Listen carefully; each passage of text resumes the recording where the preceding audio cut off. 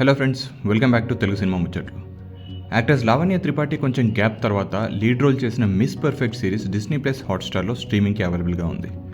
Movies నుండి కొంచెం gap తీసుకొని రీసెంట్గానే వరుణ్ తేజ్ని పెళ్లి చేసుకుని కొత్త లైఫ్ స్టార్ట్ చేసిన లావణ్య త్రిపాఠికి ఈ సిరీస్ తన కెరీర్ని బూస్ట్ చేయడానికి హెల్ప్ అయిందా లేదా అనేది ఈరోజు ఈ వీడియోలో చూసి తెలుసుకోండి. కథ విషయానికి వస్తే లావణ్య ఒక పర్ఫెక్షనిస్ట్.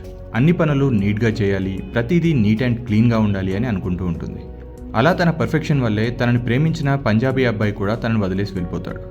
అదే టైంకి హైదరాబాద్లో జాబ్ ఆఫర్ రావడంతో హైదరాబాద్ వెళ్ళాలి అని డిసైడ్ అవుతుంది. హైదరాబాద్కి వెళ్ళాక రోహిత్ అనే అబ్బాయిని ఒక అన్ఎక్స్పెక్టెడ్ సిచ్యువేషన్లో మీట్ అవ్వాల్సి వస్తుంది.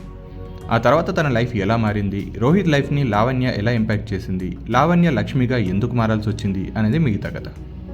చాలా సింపుల్ పాయింట్ని తీసుకొని దాన్ని ఇంట్రెస్టింగ్గా ప్రజెంట్ చేయడం అనేది అందరికీ సాధ్యమయ్యే పని కాదు. ఈ సిరీస్లో కూడా చాలా సింపుల్ పాయింట్ ఉంటుంది, కానీ దాని చుట్టూ అల్లిన సిచ్యువేషన్స్ కానీ క్యారెక్టర్స్ కానీ కొంచెం ఫన్నీగా ఉంటూ చూస్తున్నంతసేపు బోర్ ఫీల్ అవ్వకుండా చేస్తాయి. డెఫినెట్గా కొన్ని ఎపిసోడ్స్లో slow paced and drag scenes అయితే ఉన్నాయి. Overall episode just 20 to 25 minutes ఉండడం వల్ల మనకు ఆ డ్రాగ్ ఫీలింగ్ కూడా రాదు.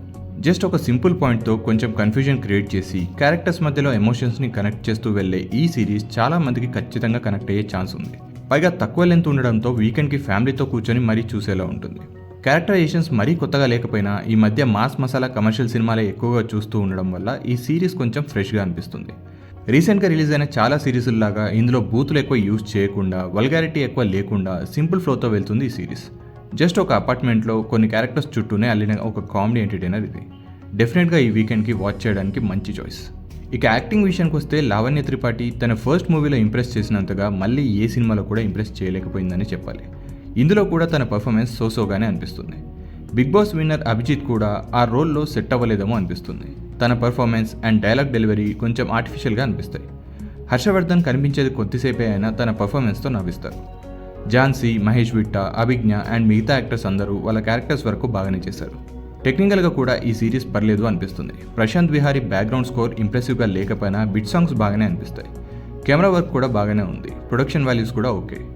డైరెక్టర్ విశ్వక్ కందారావు తన ఫస్ట్ మూవీ స్కైలాబ్తో చాలా ఎక్స్పెక్టేషన్స్ పెంచినా మేకింగ్తో ఇంప్రెస్ చేయలేకపోయాడు. కానీ ఈసారి ఎలాంటి ఎక్స్పెక్టేషన్స్ లేకుండా వచ్చి కొంచెం ఇంప్రెస్ చేశాడని చెప్పొచ్చు.